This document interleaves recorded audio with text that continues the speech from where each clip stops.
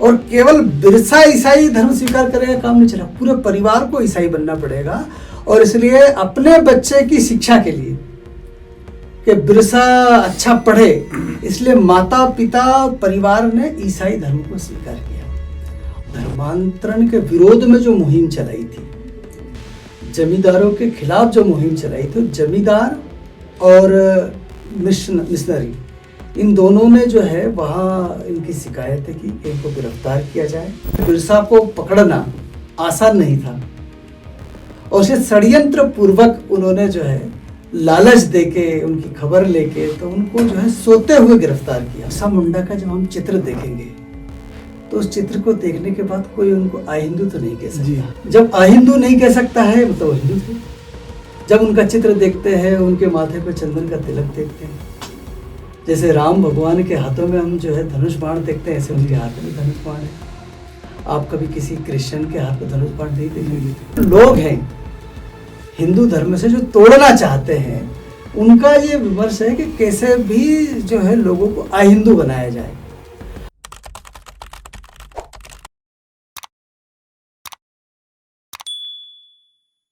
नमस्कार, आप देख रहे हैं विश्व संवाद केंद्र भोपाल और मैं उद्यांश पांडे।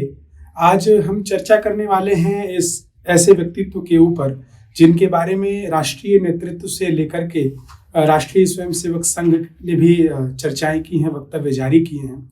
ऐसे जनजाति गौरव भगवान बिरसा मुंडा पर आज हम बात करेंगे और आज हमारे साथ इस विषय पर बात करने के लिए उपस्थित हैं अखिल भारतीय विद्या भारती शिक्षा संस्थान मध्य भारत प्रांत के प्रांत संगठन मंत्री निखिलेश माहेश्वरी जी। बहुत बहुत स्वागत है भाई साहब का। धन्यवाद। भाई साहब की एक पुस्तक भी आने वाली है, जनजाति गौरव बिरसा मुंडा, और इस विषय पर सारस्वत चर्चा करने के लिए हमारे साथ भाई साहब उपस्थित हैं। तो भाई साहब, पहला प्रश्न मेरा आपसे यही है कि 150वीं जन्म जयंती हम भगवान बिरसा मुंडा की मना रहे हैं और इस पर राष्ट्रीय नेतृत्व ने भी जनजाति गौरव दिवस इसको कहा है, तो हम इसको बिरसा मुंडा जयंती क्यों नहीं कह रहे हैं? तो इस पर आप क्या कहना चाहते हैं? नहीं, बिरसा मुंडा जयंती तो हम कह रहे हैं, लेकिन भारत सरकार ने 10 नवंबर 2021 को केंद्रीय मंत्रिमंडल में एक प्रस्ताव के माध्यम से बिरसा मुंडा जी की जयंती को जनजाति गौरव दिवस मनाने का एक निर्णय किया और तब से इसको जनजाति गौरव दिवस के रूप में मनाया जा रहा है। वास्तव में ये सरकार की जो कहें कि बहुत अच्छा उन्होंने चयन किया है, क्योंकि जब जनजाति गौरव दिवस कहते हैं तो बिरसा मुंडा के साथ साथ वो हजारों जीवन जो ज्ञात है, अज्ञात है, जनजाति समाज से आते हैं, उनको स्मरण करने का एक अवसर मिलता है, क्योंकि पूरे देश का जनजाति समाज उनके लिए एक दिन निश्चित जिसमें उनको स्मरण किया जा सकता है, उनको याद किया जा सकता है, जिन्होंने अपने देश के लिए अपने प्राणों को हंसते हंसते न्यौछावर कर दिया।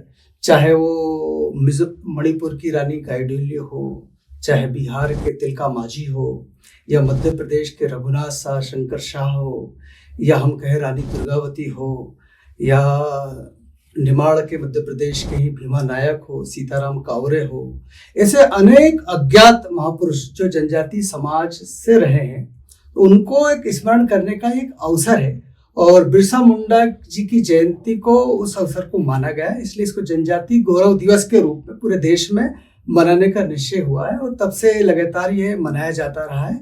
और ये हम सब लोगों के लिए भी गौरव का विषय है कि इन सब महापुरुषों को याद करने का, स्मरण करने का एक अवसर सरकार ने भी दिया है और समाज ने उसको स्वीकार किया है। जी भाई साहब, अभी आपने कहा कि हमने बिरसा मुंडा जी की जयंती पर यह गौरव दिवस मनाने की ठानी, तो भगवान बिरसा मुंडा से राष्ट्र परिचित कैसे हुआ? उनके अंदर वह चेतना कैसे आई जनजाति गौरव के जागरण की?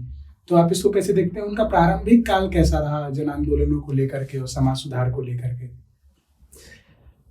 एक तो जैसे सामान्य लोगों का जीवन खड़ा होता है कि जन्म लेते हैं, जन्म के बाद में चलता है। अगर अपन कहें कि उनके बिरसा मुंडा जी के बारे में भी कहा जाए तो 1875 में उनका जन्म हुआ जी। उनके पिता सुगना मुंडा थे, माता करमी थी। ये अपने माता पिता की चौथी संतान थे। इनके 2 भाई 2 बहन थे और ये कहें का जन्म बृहस्पतिवार को हुआ था, इसलिए उनका नाम पुरोहित ने बिरसा मुंडा रखा। और लेकिन ये कुशाग्र बुद्धि के थे, पढ़ने में बहुत अच्छे थे। और इसलिए जब ये पशु चराने जाते थे तो वहाँ बाकी लोगों को भी ध्यान में आता था कि इस बालक के अंदर कुछ प्रतिभा है, तो सब लोग चाहते थे इनको स्कूल में पढ़ाया जाए। और इसलिए सुगना मुंडा जो उनके पिता थे उनको लोगों ने आग्रह किया, और इसलिए बिरसा का प्रवेश एक ईसाई स्कूल में ही जो है, उनके मामा जो थे वो सालगा में रहते थे, वहाँ उनका प्रारंभिक शिक्षा के लिए उनको भेजा गया और वहाँ उन्होंने अपनी पढ़ाई प्रारंभ की। लेकिन उनकी जो बुद्धि थी, उनकी जो कहते हैं कि ग्रहण करने की जो क्षमता थी, उसके कारण उसके मामा के गांव के लोग भी कहने लगे कि इसको किसी अच्छे स्कूल में पढ़ाना चाहिए। और स्वाभाविक है उस समय अच्छे स्कूल मतलब ईसाइयों के स्कूल, क्रिश्चियनों के स्कूल, अंग्रेजी शिक्षा के स्कूल। और इसलिए चाईबासा जो गांव था वहाँ क्रिश्चियनों का स्कूल था, ईसाइयों का स्कूल था, वहाँ उनको प्रवेश के लिए गए। लेकिन उन्होंने एक शर्त रखी कि अगर आपको यहाँ स्कूल में प्रवेश दिलाना है तो आपको फिर ईसाई धर्म स्वीकार करना पड़ेगा। और केवल बिरसा ईसाई धर्म स्वीकार करेगा काम नहीं चलेगा, पूरे परिवार को ईसाई बनना पड़ेगा।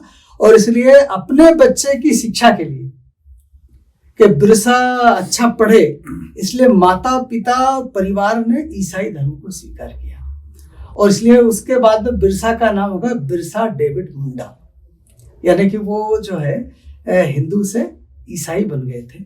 वहाँ उन्होंने पढ़ाई की, पढ़ाई करते करते जैसे जैसे उनकी समझ बढ़ती गई, उनको ध्यान में आ गया कि ये जो ईसाई लोग हैं ये जनजाति समाज को अपमानित करते हैं, मुंडाओं को अपमानित करते हैं और लगातार अपमानित करते हैं। ये वो देख रहे थे, वो समझ रहे थे। लेकिन इन्होंने भी अपनी जो परंपराएं होती है, जनजाति परंपराएं, उन परंपराओं को छोड़ा नहीं, उन परंपराओं पे चलते रहे। और एक दिन एक पादरी ने आके वहाँ छात्रों को समझा रहे थे, समझाते समझाते उन्होंने मुंडा समाज को अपमानित किया। उन्होंने कहा मुंडा बेईमान होता है, मुंडा चोर होता है। यह बात जो है बिरसा को खल गई और उन्होंने इसका विरोध किया। उन्होंने कहा मुंडा कभी बेईमान नहीं हो सकता, मुंडा कभी चोर नहीं हो सकता, मुंडा कभी अपराधी नहीं हो सकता। और इसलिए विरोध किया। तो वहाँ के जो उन पादरी ने शिकायत की प्रिंसिपल को, वहाँ के प्रिंसिपल लूथरन थे, उन्होंने बिरसा को समझाया कि भाई तुम जो है अपमान किया है, मतलब पादरी की बात की अवहेलना की, इसलिए क्षमा मांगो। तो उसने कहा कि उन्होंने भी मुंडा को जो है अपमानित किया है, हमारे समाज को जो है गाली दी है। तब लूथरन ने कहा कि तुम अब मुंडा नहीं हो, तुम ईसाई हो, तुम क्रिश्चियन बन चुके हो।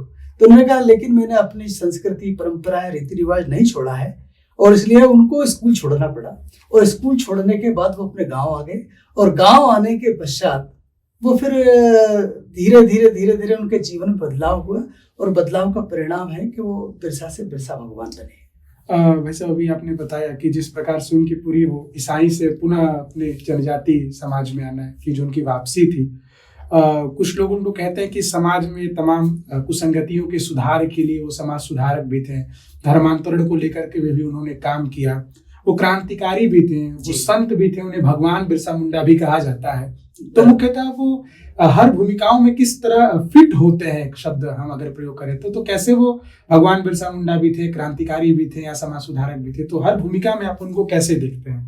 देखो उनके जीवन को अपनों को बांटना है तो एक पार्ट मैंने अभी जैसे बताया कि उनका स्कूली शिक्षा वाला पार्ट है जी, जैसे हमको ध्यान में आता है कि वो धर्म परिवर्तन करते हैं, पुनः अपने स्वधर्म की ओर लौटते हैं, एक पार्ट। दूसरा वो समाज सुधारक के रूप में खड़े होते हैं। समाज सुधारक के रूप में वो मुख्य रूप से जो है जमींदारी प्रथा है उसका विरोध कर रहे थे, वो धर्मांतरण का विरोध कर रहे थे। लेकिन जब अंग्रेजों ने इन दोनों का समर्थन किया, जमींदारों का भी और ईसाइयों का भी, तब वो बदल के फिर क्रांतिकारी के रूप में खड़े हो गए। और क्रांतिकारी के रूप में खड़े हुए तो फिर वो जो है कि जैसा उनका बाकी का जीवन सबको दिखता है वैसा जीवन सबके सामने उनका आता है कि एक क्रांतिकारी के रूप में, स्वतंत्रता संग्राम सेनानी के रूप में वो खड़े होते हैं और देश के लिए अपना जीवन लगाते हैं। उन्होंने, ये सुनने में आता है कि बिरसाइयत एक पंथ की उन्होंने स्थापना की, ये धर्मांतरण और इन सारी चीजों से, और जमींदारी प्रथा की आपने बात की, तो ये बिरसाइयत धर्म की स्थापना उन्होंने कैसे की, और क्या ये हिंदू धर्म से थोड़ा अलग है? क्या ये बिरसाइयत, ये पंथ मुख्यतः क्या है? देखिए मैंने कहा जैसे बिरसा मुंडा जब स्कूल छोड़ के आए तो वो पहले उनका जो जन्म हुआ उली हाथों में हुआ, लेकिन उनके माता पिता यहाँ आ गए थे चलकद में। और जब चलकद में जो बिरसा मुंडा वापस अपने घर लौटे तो वहां से पास में एक बंद गांव करके जो है जमींदार थे। उन जमींदार के यहाँ एक आनंद पांडे करके जो एक वैष्णव संत थे, काफी विद्वान थे, उनके वो संपर्क में आए। और संपर्क में आए तो लगातार उनके पास उनका जाना आना, उनसे विचार विमर्श सत्संग करना। तब उन्होंने फिर कुछ पुस्तकें पढ़ी, उन्होंने रामायण पढ़ी, महाभारत पढ़ी, वेद पढ़े, और इन सब का जो निष्कर्ष के रूप में वो फिर एक कहते हैं ना कि तपस्या करने के लिए वो चले गए। और उन्होंने 4 वर्ष तक साधना की, और साधना करने के पश्चात वो पुनः जो है वापस आए, और वो एक नए रूप में आए थे, जो कह सकते हैं कि वो संत के रूप में आए थे। और संत के रूप में आके उन्होंने समाज सुधार के अनेक फिर काम किए, जिसमें नशाखोरी है, अंधविश्वास है, रूढ़ियाँ हैं, फिर शिक्षा का प्रचार है। इस प्रकार के उन्होंने सामाजिक काम किए और एक बिरसाइयत पंथ उन्होंने प्रारंभ किया। और उन्होंने अपने समाज से आह्वान किया कि जो लोग ईसाई बन गए हैं, जो लोग क्रिश्चियन बन गए हैं, वो पुनः अपने स्वधर्म की ओर लौटे। और इसके लिए उन्होंने अनेक प्रयास किए। उसका परिणाम था कि अंग्रेज उनके खिलाफ हो गए, क्योंकि उनका उद्देश्य जो था, वो मुख्य उद्देश्य मैंने पहले ही बताया कि 2 उद्देश्य था। तो जमींदारी प्रथा जो थी, जो जमींदार शोषण कर रहे थे, उनका वो चाहते थे कि इन जमींदारों के शोषण से उनको मुक्ति मिले। नंबर 2, वो ये चाहते थे जल जंगल जमीन के जो है उनको अधिकार दिए जाए जनजाति समाज को। और तीसरा, जो धर्मांतरण हो रहा था उसको रोका जाए। और इसके लिए उन्होंने बिरसाइयत पंथ जो है प्रारंभ किया था, और उसके माध्यम से उन्होंने एक समाज सुधारक के रूप में कार्य किए। अभी आपने बताया कि अंग्रेज भी उनके विरोध में आ रहे थे, और निरंतर अंग्रेजों ने भी उनका विरोध किया जमींदारी प्रथा को लेके, और उनके तमाम जितने भी कार्य रहे उन सारी चीज़ों को लेकर के अंग्रेजों ने उनका विरोध किया। तो बिरसा मुंडा भगवान की गिरफ्तारी का जो एक सिलसिला आता है कि उनको गिरफ्तार किया जाने लगा उनके तमाम आंदोलनों के कारण, तो इसको आप कैसे देखते हैं? उनकी गिरफ्तारी कैसे शुरू हुई और किस प्रकार से उन्होंने आंदोलन शुरू किए जिससे उनको अंग्रेजों ने लगातार गिरफ्तार करना शुरू किया? लगातार उनको 2 बार गिरफ्तार किया गया। पहली बार गिरफ्तार करने का पीछे मैंने बताया कि उन्होंने जो धर्मांतरण के विरोध में जो मुहिम चलाई थी, जमींदारों के खिलाफ जो मुहिम चलाई थी, जमींदार और मिशनरी, इन दोनों ने जो है वहाँ इनकी शिकायत है कि इनको गिरफ्तार किया जाए, और गिरफ्तार करके जो है इनको जेल भेजा जाए। और इसलिए अंग्रेजों ने फिर उनके खिलाफ जो है अभियान चलाया। तो कहते हैं कि 353 और 505 धारा के अंतर्गत उनके गिरफ्तारी वारंट जारी कर दिया गया। और फिर उनको जो है बिरसा को पकड़ना आसान नहीं था, और उसे षड्यंत्र पूर्वक उन्होंने जो है लालच देके, उनकी खबर लेके, तो उनको जो है सोते हुए गिरफ्तार किया। और सोते हुए जब उनको गिरफ्तार किया तो वो चिल्लाने लगे। अपनी जो भाषा होती है मुंडारी भाषा, उस मुंडारी भाषा में वो चिल्लाने लगे। तो अंग्रेजों को लगा ये डर के मारे चिल्ला रहे हैं, जबकि वो डर के मारे चिल्ला नहीं रहे थे, वो अपनी मुंडारी भाषा में अपने साथियों को बुला रहे थे। इससे बड़ी मात्रा में जो है वहाँ संख्या में वहाँ जनजाति समाज के लोग एकत्रित हुए, और उन्होंने जो है अंग्रेजों से संघर्ष किया, क्रिश्चियनों से संघर्ष किया। और संघर्ष, लेकिन इनके पास में शस्त्र थे, बंदूकें थी, लेकिन इनके पास में परंपरागत पुराने हथियार थे, इसलिए ज़्यादा समय तक संघर्ष नहीं कर पाए। और इनको जब गिरफ्तार कर लिया गया तो इनको पहले ले जाया गया खूंटी, लेकिन जब देखा कि विरोध ज़्यादा है तो लोगों ने थाने को घेर लिया। और थाने को घेर लिया तो फिर वहाँ से इनको डोली में बिठा के रातों रात रांची भेजा गया। और रांची भेजने के बाद इनके ऊपर मुकदमा चलाया गया, और मुकदमा चलाने के पश्चात जो 19 नवंबर 1895 को इनको जो है सजा दी गई। 2 साल का सश्रम कारावास दिया गया। और इनके जो साथी थे, उन साथियों के ऊपर इन्होंने 20-20 रुपए का अंग्रेजों ने दंड दिया गया। ऐसे उनका पहला कारावास 2 वर्ष का सश्रम कारावास हुआ। और लेकिन बिरसाइयत का काम जो था वो फिर भी चलता रहा, लगातार चलता रहा। अभी आपने इतनी रोचक कहानियां बताई जो सामान्यतः हमको जानने को नहीं मिलती। भाई साहब ने पुस्तक भी लिखी, इसमें भी तमाम इसकी चर्चा होंगी। तो हम जब मुख्यतः देखते हैं कि उनके जो गिरफ्तारी का सिलसिला रहा यह बहुत रोचक रहा, और अभी हम लोगों ने जो चीज़ें कभी सुनी नहीं वो कुछ सुनने को मिली। तो भाई साहब, लेकिन जब भी हम बिरसा मुंडा का नाम सुनते हैं तो एक उलगुलान करके उनके आंदोलन का नाम हम सुनते हैं। जब भी उनके बारे में कुछ पढ़ते हैं, बहुत व्यापक आंदोलन रहा। तो आंदोलन कैसा था, उसकी नीतियाँ कैसी थी और उसका परिणाम क्या हुआ, वो क्या चाहते थे इस आंदोलन के माध्यम से? जैसे 2 साल वो जेल में रहे जी। और अपने यहाँ कहा गया है कि जिंदगी जीना आसान नहीं होता, बिना संघर्ष कोई महान नहीं होता, जब तक न पड़े हथौड़े की चोट पत्थर भी भगवान नहीं होता। तो वैसे ही जो है, हम अगर बात करें बिरसा मुंडा जी की, तो उनके जीवन में हमको वो सब दिखाई देता है। 2 साल के सश्रम कारावास में उन्होंने जो अध्ययन किया, चिंतन किया, मंथन किया, और वो 30 नवंबर 1897 को जेल से जब बाहर आए कारावास से, तो वो अपने गांव चलकत चले गए। और चलकत चले गए तो वहां उनके जो अनुयायी थे वो एकत्रित होने लगे। एक तरह से ये कहे कि वो धार्मिक गतिविधियों का एक केंद्र हो गया चलकत। और उन्होंने भी जो है यहाँ बिरसाइयत जो पंथ था उसके काम को आगे बढ़ाने के लिए सारे विचार विमर्श किए, अपने साथियों को विचार विमर्श किए, और उन्होंने जो है निश्चय किया कि अब जो है अंग्रेजों के खिलाफ हमको उलगुलान, यानी कि वहाँ की मुंडारी भाषा का ये शब्द है, और इसको अगर कहें तो महान जो है आंदोलन या महान क्रांति करने का उन्होंने निश्चय किया। और निश्चय जब उन्होंने किया तो फिर वो उन्होंने बिरसा मुंडा ने जो तय किया था, तो उसके लिए पूरी योजनाबद्ध तरीके से, तो योजनाबद्ध तरीके से कैसे, तो जैसे एक हम कहेंगे कि उन्होंने जो बिरसाइयत में लोग आए थे वो उनको मांसाहार निषेध करा दिया था, दारू निषेध करा दी थी, तो शराब नहीं पी सकते थे। इसलिए उनके घर जो बिरसाइयत से जुड़े थे उनके घर को पवित्र माना गया था, और उन घरों के लोगों को यज्ञोपवीत धारण करने के लिए उन्होंने कहा था कि आपको जो है जनेऊ धारण करना है, और इसलिए उनके घर पे कोई आ जा नहीं सकता था, और इसलिए उनके जो घर थे एक तरह से क्रांति के लिए सुरक्षित घर बन गए थे। और इसलिए उन्होंने अपने इस पूरे अभियान को जो है 3 श्रेणी में अपने लोगों को बांटा था जी, बिरसाइयत, कि इतना बड़ा अगर आंदोलन अंग्रेजों के खिलाफ चलाना है तो स्वाभाविक है कि आपको प्लान करना पड़ेगा। तो उन्होंने प्लान के लिए अपने सदस्यों की 3 कैटेगरी की थी। एक तरह से ये कह सकते हैं कि स्थानीय होता है, उसके ऊपर की इकाई होती है, केंद्रीय इकाई होती है। तो उनकी जो केंद्रीय इकाई थी, एक तरह से कोर कमेटी बोल सकते हैं उसको, बोलते थे वो गुरु।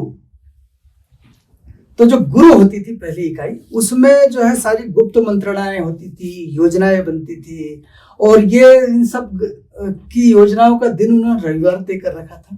तो ये पहली इकाई उनकी सबसे ऊपर केंद्रीय इकाई थी, वो गुरु थी। उसके नीचे जो इकाई थी वो थी पुराणक। पुराणक वो लोग होते थे जिनका सशस्त्र क्रांति में विश्वास था जी, जो हमला करना, लड़ना, झगड़ना, हम ये सब कामों में लगे रहते थे। ऐसे लोग उसमें पुराणक होते थे। तो उनकी दूसरी श्रेणी थी पुराणक, जो सीधे सीधे जिनको फील्ड में लड़ना है, लेकिन इसकी बहुत कठिन प्रक्रिया होती थी। अपन ने भगत सिंह का जैसा सुना होगा कि वो आग की लो पे हाथ रखता है और कहता है जो है हाथ जलने लगता है। चंद्रशेखर आजाद जो है, तो वो उस समिति में भर्ती होने की, ऐसे इसकी भी कठिन प्रक्रिया होती थी। प्रक्रिया से जो गुजरता था उसको पुराणक में शामिल करते थे। और तीसरी श्रेणी जो होती थी ननक होती थी। ननक श्रेणी में उनके साधारण अनुयायी होते थे जिनको इन गुप्त मंत्रणाओं से दूर रखाया जाता था, लेकिन उनको जो गुप्त मंत्रणाओं में जो योजनाएं बनती थी वो उनको बताई जाती थी और उनको निर्देश दिए जाते थे कि आपको क्या करना है। इस प्रकार से जो है वो उन्होंने एक पूरी प्लान किया था। उनके पूरे सदस्यों का एक समूह था, एक बड़ी मात्रा में गांव-गांव से लोग उनसे जुड़े थे, और उसी को उन्होंने उलगुलान कहा जी। उलगुलान जो कहा तो उसमें हम कहेंगे कि उसके चरण क्या थे, प्रारंभिक दौर जिसको कहेंगे। तो उन्होंने सबसे पहले धार्मिक यात्राएं की, जिसको हम कह सकते हैं एक तरह से जन जागरण या जन आंदोलन बनाना इसको।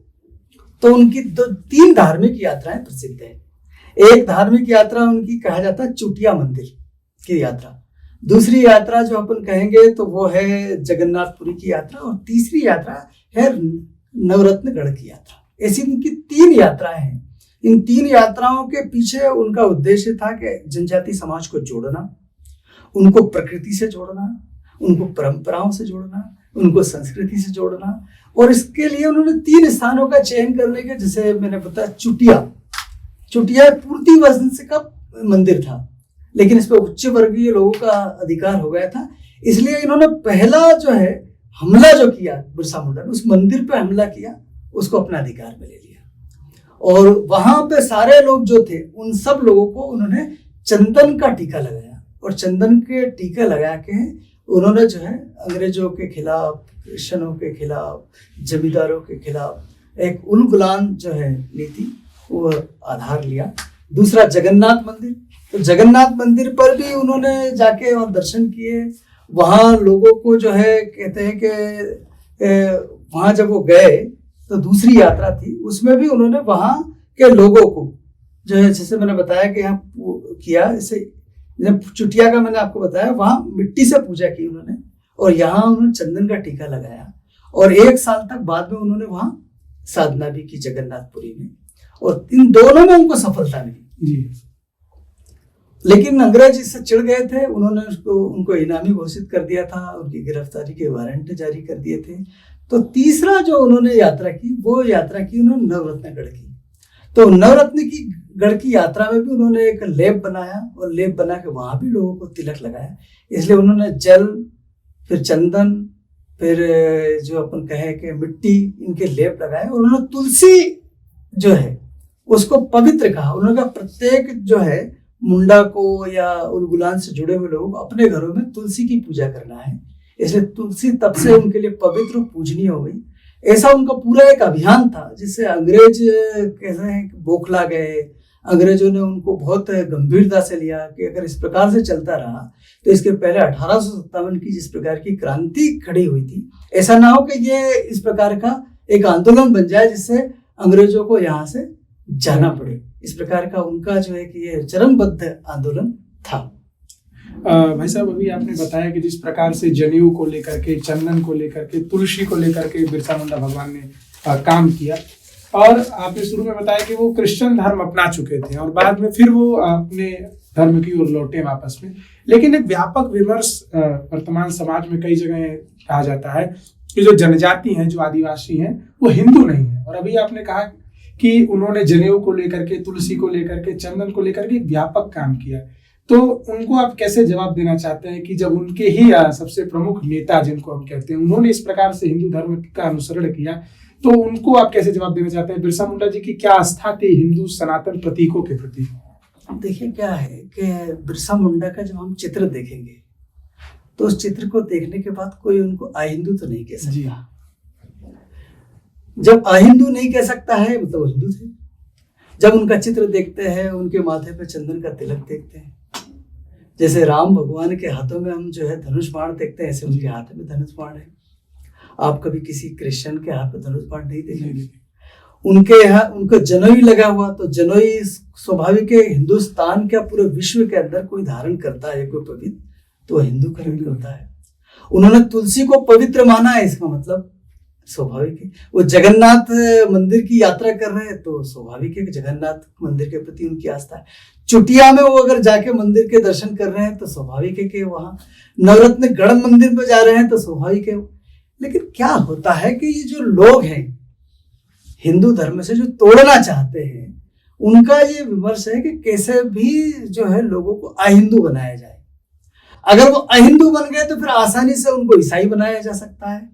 इसलिए षड्यंत्र पूर्वक इस प्रकार का प्रदर्शन करने की कोशिश करते हैं, जबकि हमारे यहाँ तो किसी भी क्षेत्र में चले जाएं, जनजाति समाज की जो है अपने देवताओं के प्रति, अपने प्रकृति के प्रति, अपने धर्म के प्रति को मतलब जो गहन आस्था है, वो संस्कृति में भी आप कहेंगे कि अपन यहाँ भी कहें गायना गाया जाता है निमाड़ में, तो गायना जो गाया जाता है उसमें भगवान का ही उल्लेख है, भगवान शिव के ही गायने के अंदर उल्लेख है।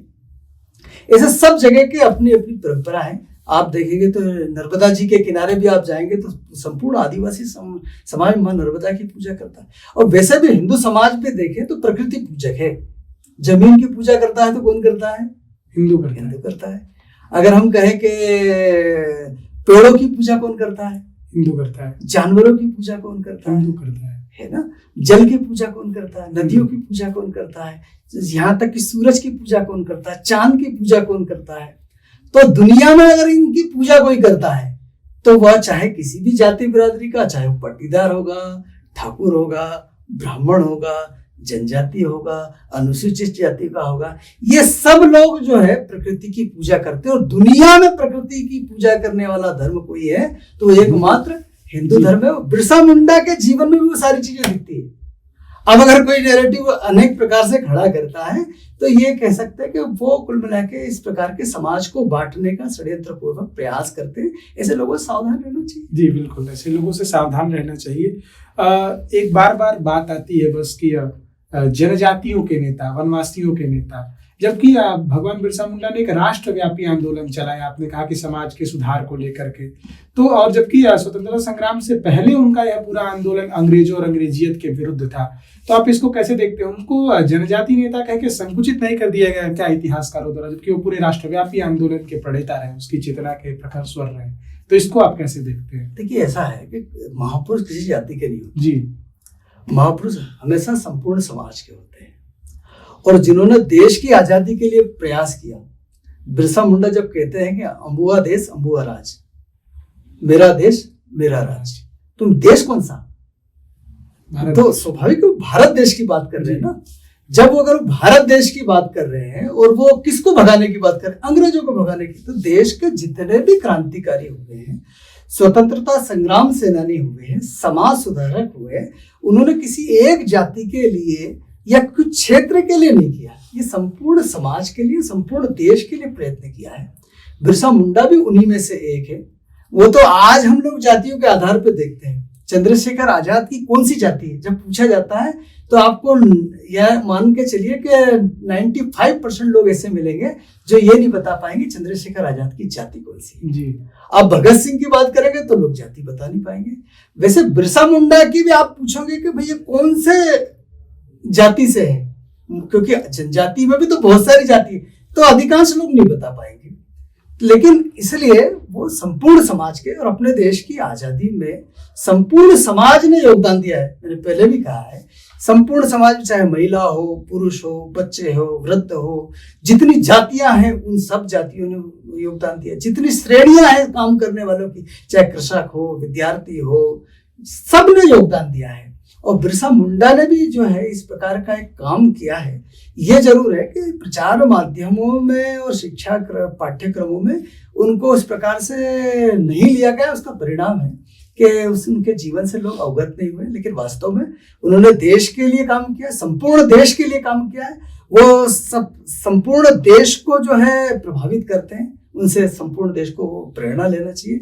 जनजाति समाज को जो कि गरीब जो बकरी चराता है वो इस स्थान पर जब जाके काम कर सकता है तो उनके लिए भी प्रेरणा का केंद्र है। इसलिए संपूर्ण देश के परिदृश्य में उनको देखना चाहिए, उनको एक महापुरुष के रूप में देखना चाहिए और उनसे प्रेरणा लेना चाहिए। उनके वो जो चाहते थे वो सब हमको करने का प्रयास करना चाहिए देश के लिए। मैं आपसे जब से बात कर रहा हूँ मैंने बार सुना आप जनजाति शब्द का प्रयोग कर रहे हैं और अधिकतर हम सुनते हैं कि आदिवासी, मूल निवासी। हमको अधिकतर ये शब्द लगातार समाचार पत्रों में और लंबे दिनों से किताबों में पढ़ने को आता है। तो ये शब्दों में मतभेद कैसा है? जनजाति आप बार कह रहे हैं और हम लोगों ने कहीं कहीं आदिवासी वनवासी भी पढ़ा है, तो इसमें शब्दों का मतभेद कैसा है जनजाति और आदिवासी को लेकर के? देखो, झाबुआ में रहने वाला भी आदिवासी है, भोपाल में रहने वाला भी आदिवासी है और दिल्ली में रहने वाले भी आदिवासी है, क्योंकि हिंदुस्तान में जितने सारे लोग सब आदिवासी है। इसलिए हम भारत की जब बात करते हैं तो अपना देश चलता संविधान से, और जब संविधान से चलता है तो भारत के संविधान ने हर जातियों को अपनी एक कैटेगरी में रखा है। तो संविधान में जो कहा गया है उन्होंने जो है सामान्य रखा है, फिर जो है पिछड़ा वर्ग है, अनुसूचित जाति है, अनुसूचित जनजाति है। जब डॉक्टर भीमराव अंबेडकर, जिनको हम कह सकते हैं कि हमारे देश के संविधान निर्माता, एक महान विचारक, एक जो कह सकते हैं कि जो उपेक्षित वर्ग से आते थे लेकिन शिक्षा के बल पर और उन्होंने इस प्रकार का एक स्थान हासिल किया कि देश का संविधान लिखा। उन्होंने जब डॉक्टर भीमराव अंबेडकर ने लिखा है अनुसूचित जनजाति, तो कुछ सोच समझ के कुछ विचार करके ही लिखा होगा। तो मुझे लगता है कि बाबा साहब अंबेडकर हमारे लिए सम्माननीय है, देश का संविधान हमारे लिए सर्वमान्य है। तो संवैधानिक शब्द अगर कहें तो जनजाति है, इसलिए मैं जनजाति बोल रहा हूँ, क्योंकि मैं किसी बाकी के विमर्श में नहीं पढ़ना चाहता। इसलिए संवैधानिक भाषा जनजाति है, इसलिए उसको बोलने में भी कोई हर्ज नहीं होना चाहिए किसी को, और मानना चाहिए। जी, भाई साहब ने बिल्कुल संवैधानिक रूप से इस बात का स्पष्टीकरण दिया है और एक व्यापक विमर्श की चर्चा का यहाँ पर अंत भी हम समझ सकते हैं। अभी आपने पूरे भगवान बिरसा मुंडा के जीवन दर्शन पर बात की, प्रारंभिक काल से लेकर सारी चीजों पर, लेकिन जब उनके जीवन का अंतिम पड़ाव हम देखते हैं, उनके मृत्यु का, तो वो मृत्यु थी, हत्या थी, कुछ लोग कहते हैं अंग्रेजों ने जहर दिया, तो वो कैसा पड़ाव था उनके जीवन का जो अंतिम समय था भगवान बिरसा मुंडा का, उसको आप कैसे देखते हो? वो षड्यंत्र था कि हत्या थी अंग्रेजों के द्वारा, वो क्या, कैसे उनकी मृत्यु हुई? इसके पहले मैं थोड़ा सा बताना चाहूंगा कि जहां तक मैंने कहा था कि उन्होंने धार्मिक यात्राएं की, 3 प्रमुख यात्राएं की। अंग्रेजों ने उनको इनामी घोषित कर दिया था और उनको गिरफ्तार करने के बहुत षड्यंत्र अंग्रेज सरकार कर रही थी कि कैसे भी बिरसा मुंडा को गिरफ्तार कर लिया जाए, क्योंकि ये जो आंदोलन चल रहा है ये सरकार के जो है नींद हराम कर रहा था। और बिरसा मुंडा मानने के लिए तैयार नहीं थे, वो तो उलगुलान जी कि हमारा देश, हमारा राज्य होना चाहिए, और इसके लिए वो प्रयास कर रहे थे। तो उन्होंने एक तो पहला अंग्रेजों से बचने के लिए अपना जो चलकद स्थान था उसको बदल के उन्होंने डोमरी करके स्थान है झारखंड में ही, वहां अपना स्थान परिवर्तन किया। ये एक तरह से अंग्रेजों की पहुंच से दूर था, सुरक्षित स्थान था, वहां जो है अंग्रेजों का घुसना भी आसान नहीं था। ऐसे स्थान का चयन करके वो वहां चले गए। तो उनकी क्रांति के जो 2 प्रमुख केंद्र बन गए थे, एक चलकद बन गया था और एक डोमरी बन गया था। और उन्होंने गांव, उनके जो साथी थे गांव गांव जाके लोगों का जन जागरण कर रहे थे, और उन्होंने एक सभा का आयोजन किया था। और वो सभा जो है 1899 के अंदर उन्होंने सभा की थी, और उस सभा इतनी बड़ी सभा थी कि उस सभा में बहुत सारे लोग आए थे। इसलिए आप जब पढ़ेंगे बिरसा मुंडा को तो डोमरी सभा करके भी एक उल्लेख आता है। अच्छा। जो एक बड़ी सभा थी। ऐसी छोटी बड़ी बहुत सारी सभाएं उन्होंने आयोजित की थी, लेकिन ये डोमरी सभा जो है उनकी प्रसिद्ध थी। और उस डोमरी सभा में अंग्रेजों के खिलाफ उन्होंने, क्रिश्चियनों के खिलाफ एक उलगुलान जो है सशस्त्र क्रांति करने के लिए, तो जो बात आई थी कि जो चलकत था उन्होंने उनको संत बना दिया था, भगवान बना दिया था, लेकिन जो डोमरी था उन्होंने सैनिक बना दिया था, यानी उन्होंने सशस्त्र क्रांति का मार्ग अपना लिया था। तो संत से वो भगवान बन गए थे और यहाँ वो क्या बन गए थे? सैनिक। तो वास्तव में बिरसा मुंडा का जीवन जो है वो कह सकते हैं कि संत और सैनिक का समागम था जी। और वो समागम का परिणाम ये था कि उन्होंने जो है 1899 में 24 दिसंबर यानी कि क्रिसमस के एक दिन पूर्व अंग्रेजों पे बड़े पैमाने पे हमले किए उस क्षेत्र के अंदर, और कई चर्चों पर हमले किए, खूंटी थाना जला दिया, ऐसे कई थानों को जला दिया। और इतना सारा करने के पश्चात वो सुरक्षित स्थान पर निकल गए थे। और अंग्रेजों की दमनकारी नीति ऐसी हो गई थी कि कैसे भी करके आप बिरसा को पकड़ना है, और इसलिए वो इतना अत्याचार कर रहे थे कि वो लोगों के घरों में, कहते एक घर में जो है उनके साथी थे, उनका परिवार था, और उसको घेर लिया, उस घर को आग लगा दिया। लेकिन हमने पिक्चर देखी हुई केसरी अभी आई है, उसमें आग में जलता हुआ जैसे लड़ता है, ऐसे उस घर के लोग आगे आए शस्त्र लेके और आग में जलते हुए वो लड़े। इस प्रकार के क्रांति की लोगों में वो थी। अंग्रेजों ने भी जो है 12 से 15 जनवरी के बीच में भयंकर दमनकारी चक्र चलाया, लोगों को परेशान किया। इससे परेशान होके उनके 2 प्रमुख, एक तो डाका और एक माझिया, उन डोका और माझिया उनके 2 प्रमुख साथी थे जो इसके अगुआ थे, उन दोनों ने आत्मसमर्पण कर दिया और बिरसा मुंडा वहां से सुरक्षित निकल गए। लेकिन बिरसा मुंडा को गिरफ्तार करने का वो सब प्रकार से प्रयास कर रहे थे, और इसलिए एक दिन उनके पास में ऐसा अवसर आया और उन्होंने देखा कि जंगल में से धुआं निकल रहा है। वहां धुआं निकल रहा था तो वहां जाके उसको स्थान को उन्होंने देखा कि वहां कौन है, तो वहां बिरसा था।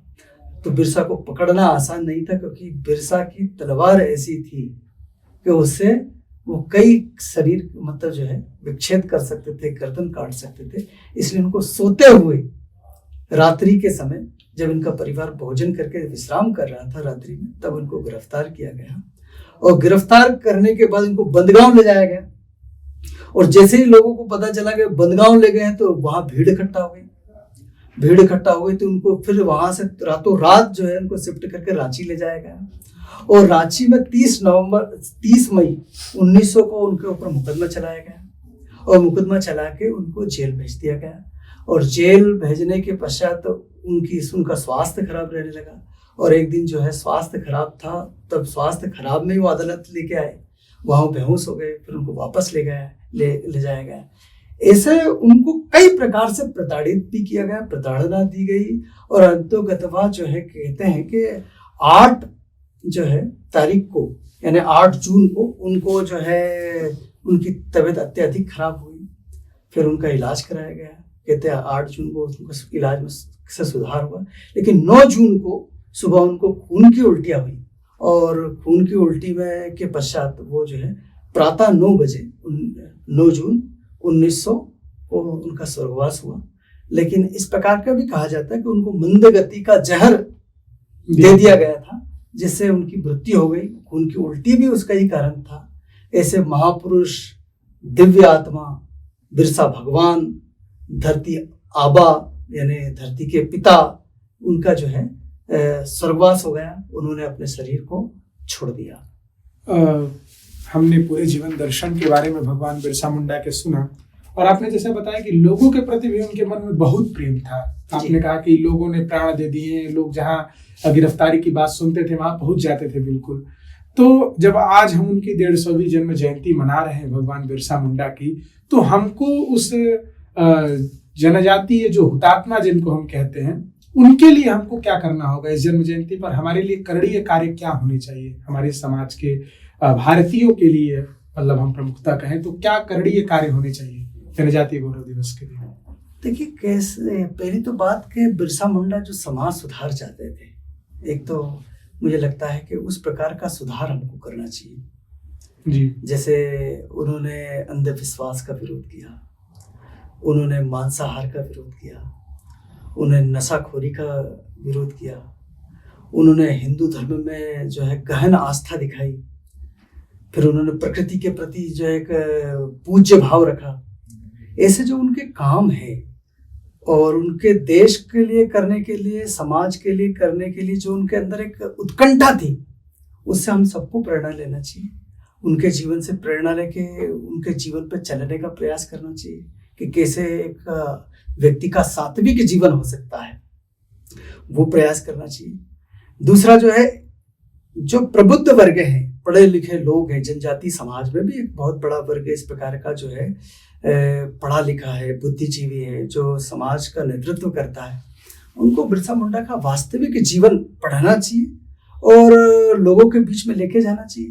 क्योंकि 150वीं जयंती हम मना रहे हैं और वंदे मातरम की 150 जयंती मना रहे हैं कि 75 में उन्हें वो आया था। तो ये हमको लेके जाना चाहिए लोगों के बीच में, ताकि लोग उससे प्रभावित हों और कुछ अच्छा कर सकें समाज के लिए। इस प्रकार का भाव, इसके लिए सभाएं कर सकते हैं, गोष्ठियां कर सकते हैं, व्याख्यान कर सकते हैं उनके जीवन के लिए। तो मैंने कहा कि राष्ट्र महापुरुष है, इसलिए राष्ट्र महापुरुष का जीवन सबके सामने रहना चाहिए। अंत में मेरा प्रश्न यही रहेगा आपसे कि जिस प्रकार से हमने ये पूरा एक संस्मरण, मतलब मैं कहूँ कि एक छाया चित्र हमारे सामने आप जिस प्रकार से कह रहे थे, बिल्कुल वो घटित हो रहा था शुरू से लेकर के अंत तक, और हमने अंत में करणीय कार्यों की भी बात की। तो अंत में आप क्या एक संदेश देना चाहते हैं जनजाति समुदाय के लिए, और बिल्कुल राष्ट्रीय चेतना के जो सशक्त स्वर है भगवान बिरसा मुंडा, उनके विचार क्या थे, उसको लेकर के हम कैसे काम करें? अंत में क्या संदेश आप देना चाहते हैं इस माध्यम से? संदेश तो ये है कि बिरसा मुंडा ने जो जो मांगे की थी वास्तव में अंग्रेजों से, उस समय अंग्रेजों ने तो वो मांगे पूरी नहीं की थी, लेकिन बिरसा मुंडा के जाने के बाद कई जो है जनजातीय समाज के हित में वन अधिकार को लेके सरकार ने, अंग्रेज सरकार ने कई कानून बनाए। लेकिन भारत सरकार ने स्वाधीनता के पश्चात बिरसा मुंडा की जो मांगे थी वो लगभग सारी मांगों को माना है, और वो सारे अधिकार जो बिरसा मुंडा चाहते थे वो सारे अधिकार दिए हैं। तो एक तो मैं संदेश देना चाहता हूँ कि सरकार की बहुत सारी योजनाएं हैं जिनका जनता को लाभ मिलना चाहिए, जनजाति समाज को लाभ मिलना चाहिए, तो वो उनको लाभ मिले और वो उन योजनाओं का लाभ ले और उनको पढ़ें और उनको समझें कि सरकार हमारे लिए इतना काम कर रही है। जैसे अभी कहें कि मध्य प्रदेश सरकार ही अपन कहें तो कई लोगों को विदेश पढ़ने के लिए भेज रही है जी। तो एक तो शिक्षा को लेके प्रयास करना चाहिए, स्वास्थ्य को लेके प्रयास करना चाहिए, और कहते हैं अपने स्व को लेके वो लौटे थे स्वधर्म में, उन्होंने अपने स्वधर्म की परंपराओं को अपनाया था। इसलिए भारत के सभी लोग, जनजाति नहीं, अपने स्व पे गर्व करें, वो स्व पे लौटे। दूसरा, पर्यावरण आधारित अपनी जीवन शैली बनाए, क्योंकि बिरसा मुंडा भी यही चाहते थे। तीसरा, देश के लिए अपना जीवन लगाए, इसलिए नागरिक अनुशासन का पालन करें।